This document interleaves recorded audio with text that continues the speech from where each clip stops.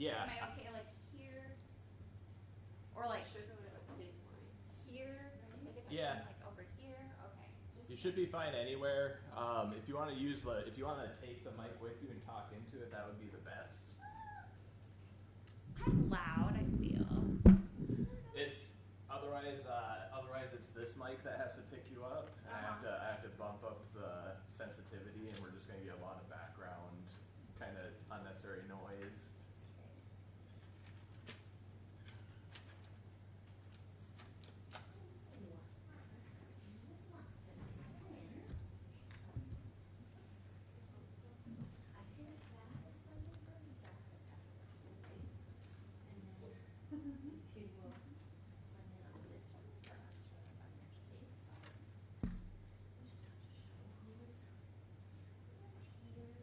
But you're also entering into a water bottle. Should be sign in.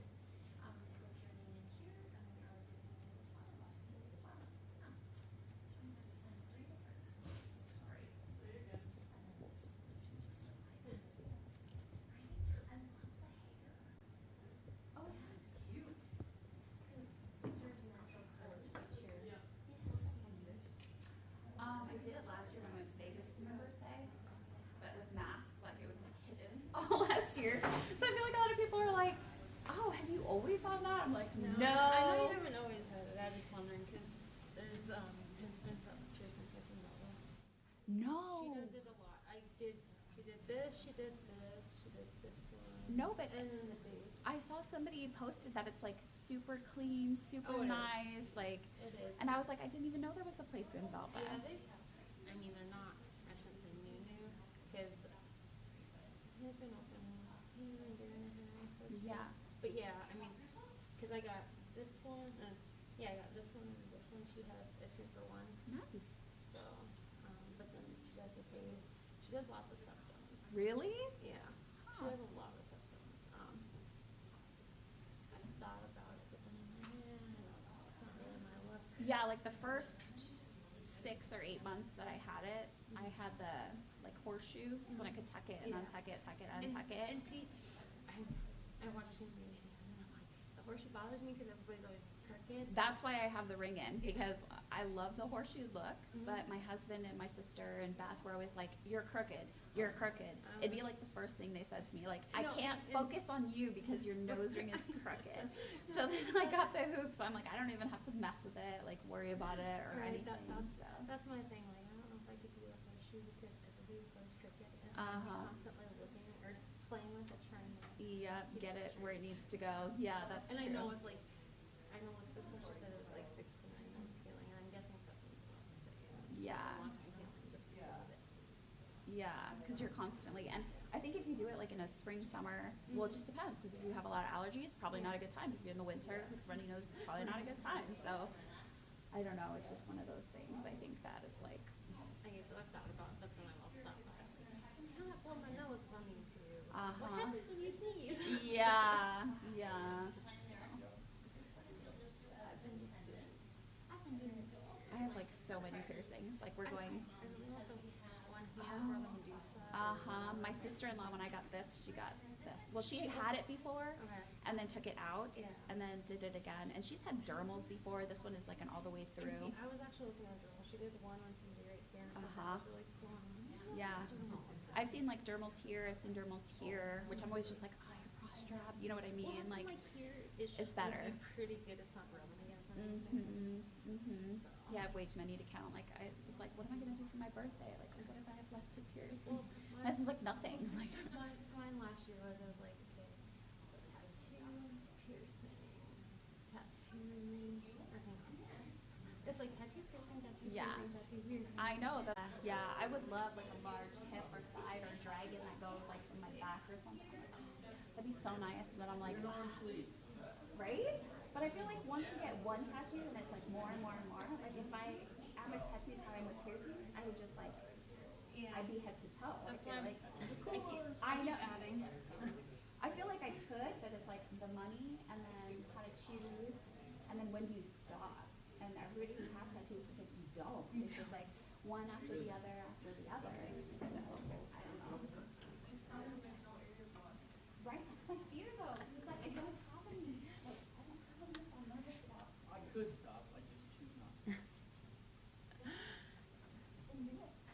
right, it's noon, so I'd like to welcome everybody to Constitution Day. Our presenter today is Dr. Zahra Moss. She will be presenting on the people of the United States. Thank you for coming, and hopefully if you're watching live, you will get something out of this presentation also. Awesome. Thanks, April. So this is the third time that I've given this Constitution Day talk, and I try and kind of build on a talk that I've given previously. So the first time was about, it was called like Show Your Mettle, and it was about the Founding Fathers and the argument for a Constitution. Then the second time was about First Amendment rights and Supreme Court cases and like how people use the Constitution as a way to get the things that they want. And so this third time when I was thinking about Constitution Day, I was like, oh my gosh, how can I make this interesting? Like, how can we talk about the Constitution? And everywhere I looked, there was some discussion about personal freedoms, personal rights, and the Constitution. And I thought, oh, this is because we're living in a pandemic world. And most of us that have like the access to social media, we weren't alive like during other pandemics. So it's kind of created this whole nother culture of people using the Constitution as a way of saying kind of like, these are my civil rights, these are my civil liberties, and questioning like the constitutionality of the world that we live in right now. So I was like, this is what I'm going to talk about. And people are like, oh, I don't know if you should. Well, we're going to. So buckle up, everyone. It's going to be really good. So I labeled this the people of the United States, constitutionality in a pandemic-ridden world, because I really feel like a lot of people talk about the Constitution nowadays, and they talk about personal freedoms and arguments between like federal and state governments. And I thought, oh, this will be perfect. It's so delicious. So to start, I thought, everybody should know, but if you don't, we can like backtrack and rewind. So the Constitution essentially was a resolution that was put into effect during the War for Independence when we had like 13 colonies that were trying to gain independence from Great Britain. And then it was passed at a constitutional convention in 1787. And then the first 10 amendments or changes to that original Constitution were passed in 1791. And those we know today are does anybody know? The first 10 amendments to the Constitution? The Bill of Rights, yes. And they start with freedom of speech and religion. Yes, very good, yeah. I always like to, you know how you guys like pump me up when I know things? I like to pump you guys up because you guys know things too. So it's super fun. So what was the original purpose of the Constitution? Well, originally what we aimed to do was to add legitimacy to kind of like a nascent, like newborn nation. And the idea was if we have laws and rules in order, people will take us seriously. And people are like, do you really think that's true? Yes, I do. It's kind of like when you move out of your house, your parents like to hear that you have a plan for like what you're gonna do. And they ask you, what's your 3-year plan? What's your 5-year plan? Well, the Constitution was really a way for people back in the day to say, like, take us seriously, invest in us, trade with us. We do have a purpose and an order for, like, what's going to happen here. And it essentially structured the government. So this is where we get this idea of, like, a central government, and then authority within that government, and then the structure of that authority. So that's where we get the idea of checks and balances, and a legislative body, executive body, and a judicial body. All of that comes from, in essence, like the framing of the Constitution. What order are we going to have? And when we have this Constitution, then, we have to decide, like, what powers is it going to grant the people? Because essentially we're trying to get away from tyrannical empire, right? Like we want to get away from Great Britain and them imposing all these rules on American colonists. And so the structure of the Constitution decides that we're going to kind of like create a weakened central government, but it still has federal powers. But then we're also going to create, in essence, like states' powers, like so the people, depending on where you are and what you do, you can kind of like determine the rule of law that works best for you. So we think of it like an umbrella. We have this overarching federal government that oversees what we do as a nation, the whole, and then we have these states governments that govern over the specific needs of the people who live in different areas. I think that's a really simplistic way to explain it, but it makes sense.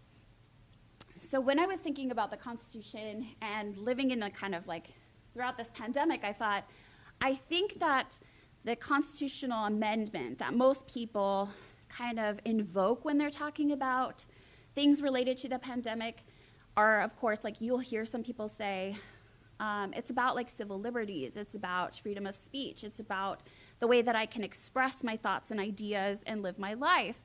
And when it came down to it, though, I saw that there was a lot of contention between the demands of like the federal government and the way that we want to keep people safe as a whole, as a unit, and then the rights of the states. And so I thought that the 10th Amendment was like a really good way to explore and define this kind of like people versus people, right? So how do we see the federal government trying to take care of like the nation, and then states governments trying to say, okay, but this is what works best for the people who live here, okay? So this is kind of what I was thinking of, and I want you guys to like nod or be like, yeah, or you get me or you don't. I don't know, it's just a way that I thought I'd interpret this. So the 10th Amendment basically says that any powers that are not delegated to the federal government through the constitutions, but are not prohibited by the states, are reserved to states' powers. That is to say that if there is an issue that the Constitution doesn't explicitly cover, then it is up to the states in order to provide the governance to explore what's in the best interest and welfare of the people. This is how I was like, oh, yes, pandemic. This is where we go. So what does constitutionality have to do with us as we're living through this pandemic? Well, I thought, for everybody, it's a little bit different, but I can just like pose it real quickly. So like, what does the Constitution have to do with COVID-19? And very quickly, like people might be able to give me an example of the way that people either invoke the Constitution or they talk about constitutionality when we're talking about the pandemic. So can anybody tell me like real quick, like what's one example of something that you've heard that somebody says and you're like, oh, either my rights, my liberties. Has anybody heard? Okay, so like mask mandates, perfect. Vaccination, awesome. Anybody else? There's been like a ton of ways. Small business ownership, movement of people, stay-at-home orders. There's so many different ways that people have invoked like questioning the constitutionality during the pandemic. Like everybody suddenly is a scholar of the Constitution. Whereas like in the beginning, nobody really, like you memorize the first couple of lines and you're like, oh yeah, I know so much.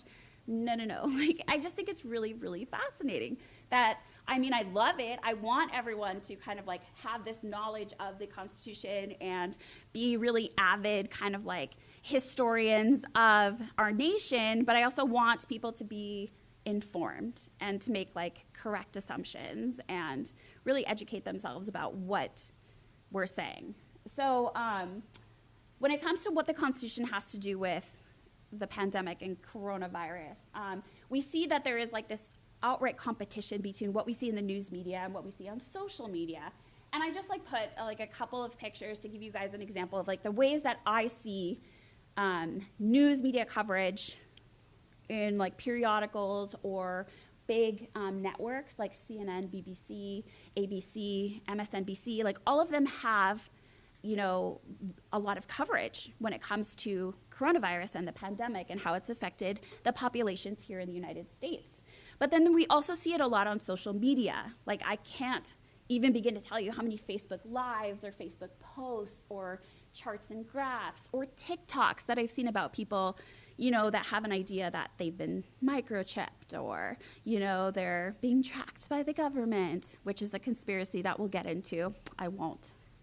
We won't leave here today without talking about conspiracies too. So, but it's something that I thought was really interesting because almost all of them, with the exception of the news media, they kind of touch on constitutionality and civil liberties and rights, right? And like freedoms of the people. But you see that more on social media where people have access to creating the narrative. And so the narrative begins where people understand that their civil liberties are being infringed upon. So their understanding of the constitutional liberties that we have as citizens really starts to inform their rejection of federal mandates or the rejection of like state mandates. So I went and I did a little bit of digging because most of the TikToks and Snapchats and Facebook posts that I saw were like, you can't, like, don't tread on me. This is what I want. So I was like, let me do some digging because this cannot be the first time that this has happened. Like, we cannot, just have stumbled into like pandemic. Like, there has to be a historical precedence. And of course, like a good historian, I found them, right? I did like the digging. So there was an article that was circulating on Facebook that was like pro-vaccines, and they were saying George Washington was the first president who like promoted inoculation of soldiers. And I was like, let's go check it out, Facebook world. And of course, like I went and I found like New England, like Journal of Medicine. I went to military history. I did all this research on like Walter Reed, trying to find like historical evidence that suggested, and in effect, like it was true. Like during George Washington's like primary campaign across the Potomac, he mandated during the Revolutionary War, like anybody who crossed through Philadelphia needed to be inoculated against smallpox, because he found that most people were dying in the war, not from casualties related to the war, but that they were dying because they were being exposed to smallpox. So for him, it was about, I need my troops, I need my army, let's get you guys inoculated so you'll survive this war. And I was like, really? Think of it. So then I had, of course, had to do some research into like what was an inoculation campaign like really like in the 18th century? Like what would it look like? Bananas crazy. I don't know. Like if people don't want to get vaccinated today, they definitely wouldn't want to be inoculated back then, because you basically, instead of like a shot that you would take, they would like cut open your skin. And I do have Erin here. She can tell me if I'm wrong or right. But the research said that in order to receive like, in order to promote the production of antiviral properties, you would basically create an incision in the skin and either put a piece of string or rub the area with a contaminated or some kind of like viral component, right? And then your body would create the natural defenses necessary. Yes? Woo! For smallpox? Yes, so the research was correct. And so I thought, wow, that's really, really interesting, because for a lot of people, you're like, George Washington, first president of the United States, we love him, he's awesome. But we don't want to like accept the fact that he was like, if he was alive today, he'd be like super pro-vax. He'd be like, go get your vaccinations, let's do this. Like for him, he was like, everyone who crosses into Philadelphia will be vaccinated. I don't know, it was a really, really interesting stuff. And then there was actually a Supreme Court case in 1905. It's called Jacobson versus Massachusetts, which is like a seminal court case in terms of like public health. And the reason I say that is because it was the first case that looked at public health and looked at constitutionality. So basically the court case said, or the judges ruled that based upon a principle of self-defense, right, like protection of people, the community has a right to protect itself against an epidemic, against a disease, which threatens the safety of its members, okay? So what we have here are people protesting, again, either getting some kind of inoculation for a smallpox outbreak. And there were like mask mandates, and people were getting ticketed and arrested for not cooperating with mask mandates. And they would go to court and they say, I'm going to fight this ticket, I'm going to fight this, like you can't tell me to wear a mask. And the judge said, no, actually, what we're looking at here is like the safety and health and well-being of the whole. So what we want you to do is to participate, because in terms of constitutionality, we want to protect the life, liberty, and happiness of the greater population. And I'm like, wow, this is fascinating, you guys. And then again, when we go again, this is the one that's kind of been brought up the most when we're looking at social media and when we're looking at newspapers, this 1918, 1919 influenza pandemic. And people are like, oh, well, we survived. Yes, but there was a mask ordinance back then, right?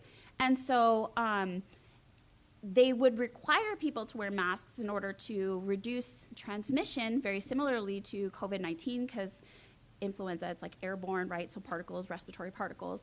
And so they're like, wear a mask. But federal courts defer to municipal courts. Why? The reason I think that they did this is because there is no, at least back then, like there's no geographic, and today there is no geographic barrier, right?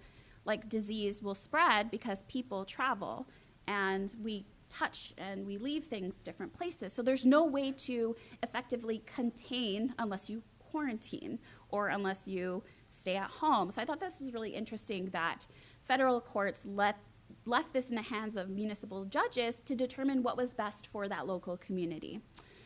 The most recent of these cases is the South Bay United Pentecostal Church v. Newsom. And if you guys listen to the news or follow the news at all, there was actually a recall against Governor Newsom that just was, when they voted like not to recall his governorship. And I think a lot of it has to do with this. But he, basically the governor of California, was sued by different religious groups that suggested that they didn't want to have to either mask, isolate, or receive vaccinations in order to congregate or be together in groups. And they felt that the state of California, under these mandates, was infringing upon their rights. Okay? So was the governor infringing upon the people's rights by saying you should not gather in large groups, you should be masked, or maybe perhaps you guys should vaccinate? And the people were like, yes, you're infringing upon my right to free movement, my right to do what I want. And so this goes all the way up to Supreme Court. And in the end, what the Supreme Court decides is that the courts have rights and responsibilities, okay? And as long as what they're asking isn't obscene, and what they're asking is something that people can comply with, then they're gonna make sure that the people are deferring to the greater good, okay?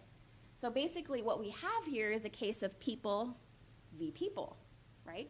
People who are the kind of like greater good, like I'm not doing it for me, I'm doing it for those who can't. And then you have a group of people who are like, we want like civil liberties, which is a very individualized kind of like perspective, I think anyway. So the way that the Supreme Court justifies this, though, is saying that we are constantly looking and aware for abuses of power. So they don't want the governor to try and use or abuse more power than he has by asking people to participate in isolation or masks being worn and things like that. Which led me to this court case, Koa versus Hogan. Fascinating, okay? So this is a court case that was brought to the attention of different groups, and it was essentially a group of military veterans who were refusing to mask, rightly so, like that's their constitutional right, is to question and ask. And so they essentially put together a claim in which they suggested that because of PTSD and something called subservience to captor, that they felt that masking was a problem for them, and that there was limited adaptive or alternatives for them as victims or sufferers of PTSD during the pandemic. So basically their state wasn't doing enough to provide them with alternatives when mask mandates went out. And that mask mandate kind of like created mental health issues for this group of people. And so they were like, this is really a problem because it infringes on my civil liberties. My ability to move freely in society and enact my life as a citizen in everyday activities is being, how do you say, limited, or the government's not doing enough to protect my liberties by not offering alternatives for me because I suffer from, PTSD and this idea of subservience to captor. And ultimately, Supreme Court's ruled against this, and they said, well, actually, there is enough PPE alternatives in which, you can find an alternative, and the government is doing everything possible in order to make sure that each state has access to, a wide variety of PPE. Then there was another court case. This one goes back to 2016, which, just given the general climate and things that are going around on Facebook, this is something super huge that I saw had to do with constitutionality, and it was about healthcare workers who were losing their jobs, let me frame this. The articles and the news presented the idea that healthcare workers were losing their jobs because of vaccine refusal, okay? And I found this court case, and it basically said, it was Spence versus Shaw, 2016, and it basically said that healthcare employers could require nurses to have flu shots, like back in 2016. And if you refused to have a flu shot, then you had to wear the appropriate PPE. And I'm just thinking about this because it's so huge right now, and in every single article or every single news or every single statement that I've seen, nobody references this court case, right? Nobody references like an actual instance in which healthcare workers took this to court and said, you know what, it should be my choice whether or not I elect to have this vaccine. And so it went, and the judges evaluated it, and they brought forth evidence, and they had their arguments heard, and we were really kind of like questioning the constitutionality of like a person's right to choose, and nobody talks about this. And I was like, this is fascinating. Like, why are people talking about this? And then I just popped this up here. This is COVID-19 timeline, but we've all lived through it, so I think everybody kind of like has the general vibe that ever since like March, or even if you want to go back to November 2019, our lives have been kind of like subject to this huge COVID outbreak. And then I thought, okay, so if we're talking about constitutionality at a federal level, what's happening in the state of North Dakota? Because that's where we're at. Even if we're from different places, like we're subject to laws and the Constitution of North Dakota. So I was like, so what's happening?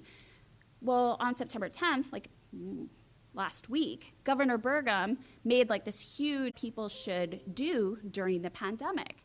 And essentially, Governor Burgum said that even though the CDC has made these recommendations and President Biden stands behind them, he, as a state governor, will not be making any changes to our plan, like here in the state, okay?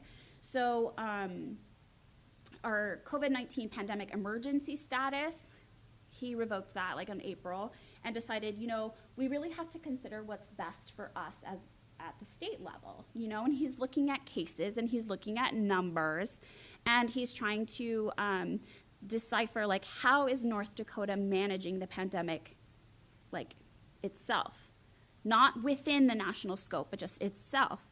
And so for him, he's basically saying like this national recommendation from the federal government does not apply to us because our numbers and our cases are decreasing and we are perfectly capable of handling our caseload. And so I think that that's really, really interesting because what's happening here is that the federal government is providing oversight for the nation.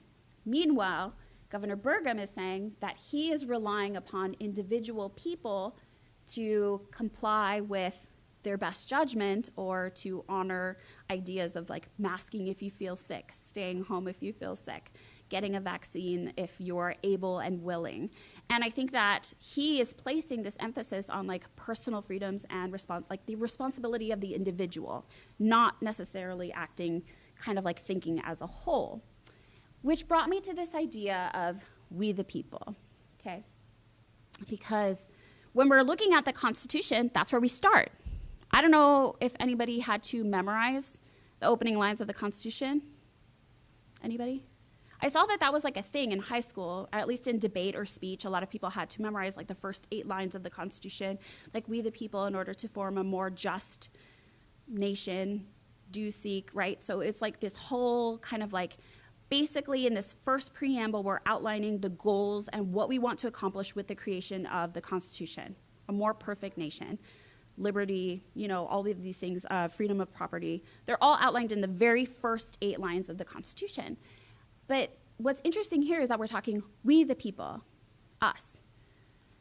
But nothing has created more division amongst the people than living through a pandemic. And I'm like, this is crazy, this is wild, right? So then it got me thinking about this idea of the greater good. So basically what we're seeing here in terms of constitutionality and what we're looking at is individual freedoms versus a standing majority. And just based upon the things that I looked at, that I found, that people were saying in online chat forums, on academic Twitter, in legal journals, like I went on Harvard Law Review, people are suing the US government for infringing upon their freedoms by, posting mask mandates and closing small businesses. Like, people are exercising, like, legislative rights in order to assure that their civil liberties, or at least questioning whether or not their civil liberties are being infringed upon. Like, we don't talk about that. But there are people who are taking the government to court questioning, like, can you do this? Are you in violation of my constitutional rights by doing these things? And so there are people who are questioning whether or not living through a pandemic does kind of like repress our individual freedoms. And it's individual freedoms and things like, if you're like, what does that mean? Well, autonomy of movement, right? Can we move between states freely? Do you need to have a COVID test to travel to another country? Can they do that to you, right? What about businesses shutting down, like small business shutdown, or the closing of restaurants, or limiting them to 50% capacity or 75% capacity, right? All of that, people say, like, has an impact upon our individual freedoms. And then the last thing is like the curtailing of gatherings, right? Where we're saying no more than so many can gather at any given time. It's why, like, churches were closed for a long time, and then when they opened, they said don't sing. Or restaurants, like I said, were at 30% capacity. Some schools even enacted like an A-B day where they would have students come, every other day to school. And it was really the idea of like limiting the number of people who were together. And people were questioning this, like, can you really like limit my movement as an individual like in society? And this kind of went against like a standing majority. So if you had to think about it, I would say like states' rights versus federal rights, or individual versus groups. And the standing majority really emphasized this idea that we are in the middle of a public health emergency. And no matter how many times they said this, like public health emergency, pandemic, we still kind of like went back to this idea of individual freedoms and whether or not those were being kind of like infringed upon. And I think that a lot of that had to do with disinformation, right? I don't know any other moment in time in which people have studied or claim to have studied and know about the Constitution and constitutional rights that aren't lawyers or historians or social workers or government employees, but like all of a sudden everybody is like, my constitutional rights. It's like, which ones? What are you know what I mean? Where it's like, we're all experts suddenly. And then this idea of a common good, where we're saying, this is a public health emergency and we need to consider the common good.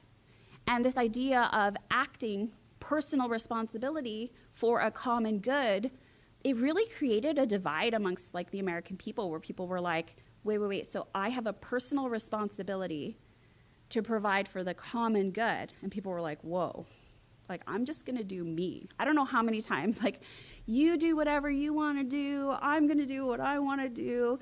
And but it's a public health emergency. It's all of us, right? So it's kind of like this idea where all of a sudden we the people, but then it's like, what people? Like, we the people who do and we the people who don't? Or all of a sudden we're we the people who focus on individual freedoms and we the people who focus on the common good. So it kind of like made me question, like, what is happening, right? So on that same train of thought came the COVID-19 conspiracies. And if you're taking my History 224 American Studies, we study conspiracy theories, and we look at the way that psychologically and sociologically humans kind of like adhere to conspiracy theories as a way to explain the world around them, okay? So how do conspiracy theories tell us about people's understanding of the world that they live in? And this is a perfect example, okay? Because we can look at it historically, and we can always find some kind of political, social, or economic background that fuels conspiracy theories. And I would hope that anybody who's listening online doesn't dismiss this when I say conspiracy theory, because some people are like, they're just a bunch of nut jobs. No. But like, we have to think that this has origins somewhere. Like, this is like a very broad, wide set, kind of like cultural phenomenon, okay? Conspiracy theories, like, we have to like give them some credit and like look into them. I think like they're worth it. And so when it came to look into the COVID-19 conspiracy, I don't cover this one in my class, but I think like in the future I might, because there's like 3 large conspiracy theories that are directly related to the COVID-19 pandemic, okay? And the first one is this idea that COVID-19 is a government-led experiment, right? And from there, you have like all these subsequent like minor conspiracies, that it's a project in social control, as if it were like the Sanford experiment. Like, what can we get people to comply with because we're the government, okay? Like, what can we get people to do? Can we get them to mask up? Can we get them to stay home? Can we get them to do this if we say that there is a public health emergency? That's one kind of like offshoot of this idea of government-led. The second was this idea that the pandemic was a way to get people out to vote. That is to say that some people said that COVID-19 was going to end right after the election, that once we had a new president elected, they would choose whether or not COVID-19 was going to continue to be a national emergency, a global like pandemic. Like, they would somehow, as leader of the free world, be able to kind of like eliminate or eradicate or somehow make it all go away, okay? So this is like another conspiracy. And another one that was government-led said that it was really tragically and sadly like a weird form of like euthanasia, where we were kind of, or eugenics, where we were trying, not euthanasia, well, kind of, but eugenics, in which we were trying to create like population control. And this was like there is a wide set group of people who believe that the government is trying to control the population by kind of like unleashing this global pandemic, and like the way that we're handling it is a form of population control. Listen, I'm just telling you, I'm just the voice. I'm just telling you what I found, that this is like very... Another COVID-19 conspiracy is that this is all geared by Big Pharma. And that suggests that these large companies that invest money into the development of vaccines and the distribution of vaccines, that they are benefiting from the creation or the existence of a public health emergency, right? So that this is a way to fuel the domestic economy and global trade by creating vaccines to treat a worldwide epidemic. That's the idea, right? Is that, oh, this is just Big Pharma, like they need to make money, so we create a pandemic and then we need vaccines. I mean, you do you, whatever you want. And then the last and perhaps most intriguing of the conspiracy theories was this idea that Bill Gates had created a microchip. Jacob, I see you nodding. Did you hear this one? You're laughing. Okay.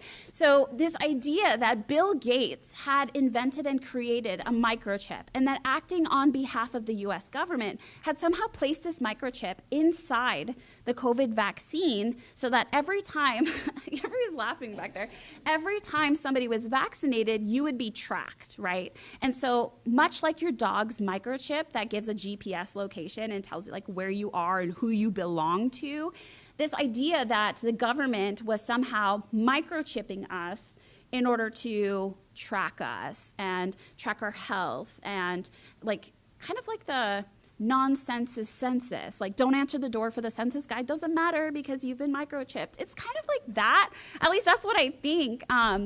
Yeah, and so from this, that's where you saw those people who were like, the spoon sticks on my arm, there's a microchip, like where I got the vaccine, like, oh yeah, I mean, it's, Nick's like, are you serious? Yeah, there's like a bunch of people online who had videos and they were sticking spoons to their arms saying that they had like a magnet in there and like it's evidence like supposedly of like this conspiracy on behalf of like Silicon Valley and like tech agencies.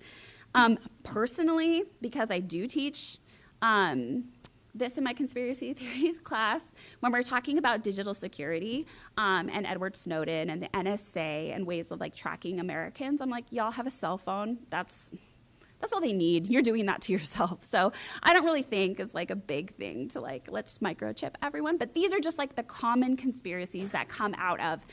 And when you think about it, we need to find a way to explain.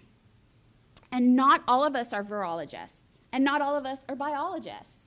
And not all of us study healthcare and public health and pandemics, right? So not having a familiarity with the science of what's happening here lends itself for people to rely on things that they do know, okay? Things like, well, is the government capable of orchestrating or creating an ideology that people will believe? If the government says there is a public health emergency, will people believe there is a public health emergency? And conspiracy theorists would be like, yes, the government is capable of that. So herein lies the conspiracy. Or if there's people who have a connection to big pharma, and they're like, yes, I go to Walgreens, yes, I go to CVS. Like, I know that there is an industry out there that produces millions and billions of dollars worth of medical care and goods that make it so that I can live. So maybe they would turn against us and they would need more money, so they are going to create a vaccine. So what I'm trying to say is that when it comes to conspiracy theories, we don't know the science, right, behind pandemics, and we don't know the science behind a virus, or we don't know the science behind genetic mutations of viruses. We're very at the basic level of cough into your elbow to avoid getting others sick. We're cover your face. If you're sick, stay home. Like, we're at a very basic kind of like level of understanding. But we rely on past information or information that we have that is plausible to us in order to make sense of what's happening in the world around us. So we all have cell phones and technology, and it basically controls and dominates our everyday life, right? You're always on your cell phone, you're always checking your email, so why would it seem so outrageous that the government or Bill Gates would want to track your every move by creating a microchip and putting a probably $100 microchip in your arm to find out like what you're doing and what you're thinking? Like, doesn't seem that crazy, right? Now, I know that in essence, and if you're here and you're like, wait, I thought this was like Constitution Day talk. Constitution Day basically is about commemorating the ratification of the Constitution. We did it. We became independent. Like, we created an article like of government in order to organize our freedoms. Yes. And then we also commemorate the people who choose to become U.S. citizens. So people who are naturalized and who like come here and we're like, yes, be a part of the United States. Yes. But at the same time, I feel like it's a great opportunity to look at the Constitution, and especially now, like in this kind of like day and age that we're living in, when people are saying and relying upon this argument and this idea of the constitutionality of the world that we live in, and they're constantly questioning it, I thought, why not bring it up? Like, I've heard so many people say, my rights, my body, my privilege, my this, and I'm like, okay, then let's get informed upon your constitutional rights. Let's get informed upon that, Article 10, states' rights, because we have so much public debate and so much personal debate. I've seen arguments between family members, arguments between friends, like arguments between coworkers. So I feel like this is something that is relevant and interesting, and it really does have to do with, for some people, the constitutionality of like the world we're living in, right? So the next time that you hear somebody say, my rights, the Constitution gives me freedoms, think about kind of like just a couple of the ideas that I talked about today, right? Like what the Constitution's purpose is, what kind of liberties and individual freedoms it's supposed to protect.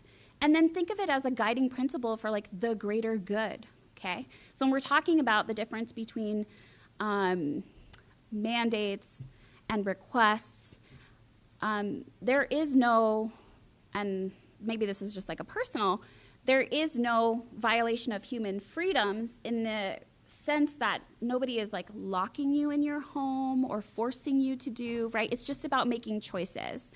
And when the Constitution was created, we created it with the idea that we're entering into a social contract, right? So the government will provide certain freedoms for you in exchange with your compliance on, you want protection from foreign incursion, we'll create a military. You want protections under the law, we'll create a legislative branch. You want to be able to defend your rights, we'll create, courts where you can question whether or not something that's happening to you is legal or not, right?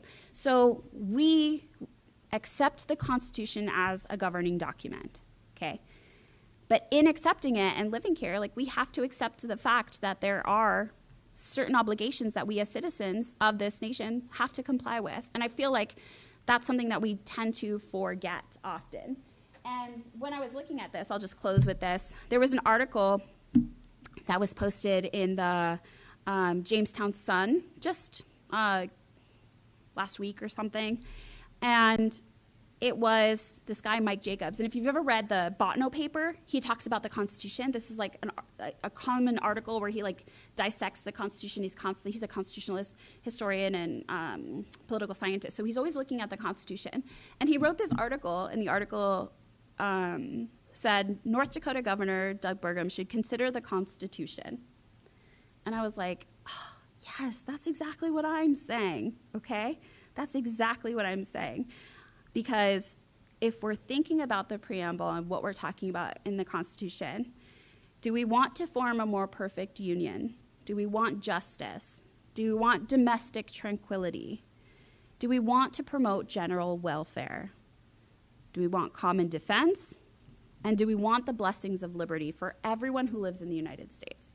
If that's the case, that's like the crux of the Constitution, then how do we make that work when we're people versus people living in an era of pandemic? Just a thought, just like a little interesting question that I thought I'd put out there for Constitution Day. So I'll just open it up and see if you guys have any comments or questions that I can answer, but it's just something that's been on my mind. So I thought I'd share it with everyone here. So does anybody have any questions or any comments, concerns? Oh, thanks. Yeah, I just always feel like we could talk about like the articles and like how the Constitution was written, but there's so many more pressing like current ideas that surround like the Constitution. Like we're not thinking about the Constitution on a daily basis, but people are talking about it on a daily basis. So I think that that's really interesting. I don't know. I think what you see as those in countries that maybe don't have those individual rights, where people don't have that feeling of freedom, should have more individual rights. Like they were more compliant with mask mandates and quarantining and vaccination versus the United States, where we're an individualistic thought process rather than For collective. Yeah, which is crazy because, and I was trying to explain this to Dr. Albrightson, when I'm talking like the people versus the people, you can interchange and exchange that so easily, right? So when we say the people versus the people of the United States, is it individual freedoms versus collective good? Or is it people who say they want the collective good, but what they're really vying for is individual freedoms, right? So I kind of think of it as one of those Russian nesting dolls, where it's like one thing over the other, and we're opening and trying to find out, like, what is at the center of this, you know? And I agree with you, because I think that's something that we don't talk about when it comes to mandates, is this idea of privilege, right? So I grew up in a territory, a colony of the United States, and so we comply to federal rules, that we have no federal protections. So that is to say that in Puerto Rico, we abide by the laws of the federal government, but we don't benefit from any of the federal protections that like a state would. So we don't have states' rights. And so for me, it's really interesting to talk about things like public health and welfare, when women in the 1970s were forcibly sterilized against their will in Puerto Rico as part of experiments for Big Pharma. So, I mean, I think it's incredibly interesting to talk about like the cultural implications of privilege, right? And how people who have always had access to healthcare, when it comes time to trust that healthcare and like that science that you have believed like forever, right? At what point and what juncture, like, does science not rule? Like, at what point, like, do we become the scientists? Like, I'm not a scientist. I would never say that I'm going to not defer to the expertise of a scientist or a virologist or immunologist. I mean, that's their job. And to suggest that an entire medical community who went to 4 years of undergrad and then medical school and then a residency and then that they don't know what they're saying, I mean, it's kind of like, it's wild, right? I mean, I don't know. I've seen a commercial and it was like, oh, you know, I'm gonna go take my car to a mechanic, and the mechanic's gonna be like, oh yeah, I saw a video on YouTube about how to do this one time. It's like, you would never leave your car there. So why are you watching videos on YouTube to explain like your personal health? I don't know. It's wild, but it's fascinating in terms of social behavior and the way that people, like their thought process and political beliefs shape their actions, fascinating. For like a social behavior scientist, this is incredibly fascinating to live through a pandemic. Like most people will be like, ooh, but I don't know. I think it's very interesting to see how people in a position of privilege react to kind of like having all of the wealth of knowledge and still being like, nah, science. What? It's crazy, but it's fascinating. I don't know. Anybody else? As a further example, or a different example of cultural differences, wasn't there a reservation in Minnesota that had some very severe limitations on movement? People had to have a really good reason to get out of their house. And if they did, they'd be escorted back home if they did. And I understand they had one of the lowest rates of infection in the country. Oh, absolutely. And I think that one of the global examples that I follow closely is New Zealand. And if you haven't followed New Zealand's response to the global pandemic, it's fascinating. They went on immediate lockdown, and they're incredibly restrictive in terms of like their behavior. But then they also, everyone's hanging out right now. We are struggling with like second, third waves, and everybody in New Zealand's just like partying it up because they are complying with like testing and mask mandates and stay-at-home orders. And I think that it's really interesting because the way that we kind of like participate or decide to engage really affects like in the longue durée, like how long this is gonna last. People are like, I'm so sick of this, how long is it gonna last? And it's like, well, yeah, if we just would have done what we were supposed to do, you know? And it's so funny because I don't know if this is true. Nick's here so he can confirm or deny.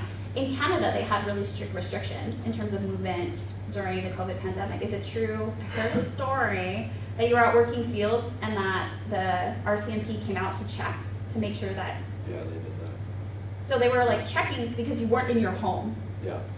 And you weren't supposed to be working your fields. Yeah, basically. But I was all on my own, so.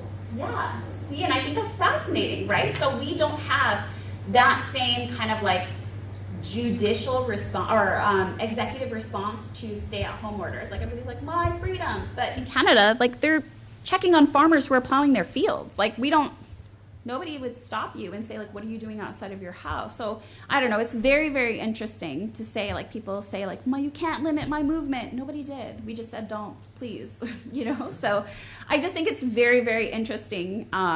And this is a fascinating case study. So we'll see where we are next year. Like I'm sure there'll be like another kind of like constitutional way we can explore.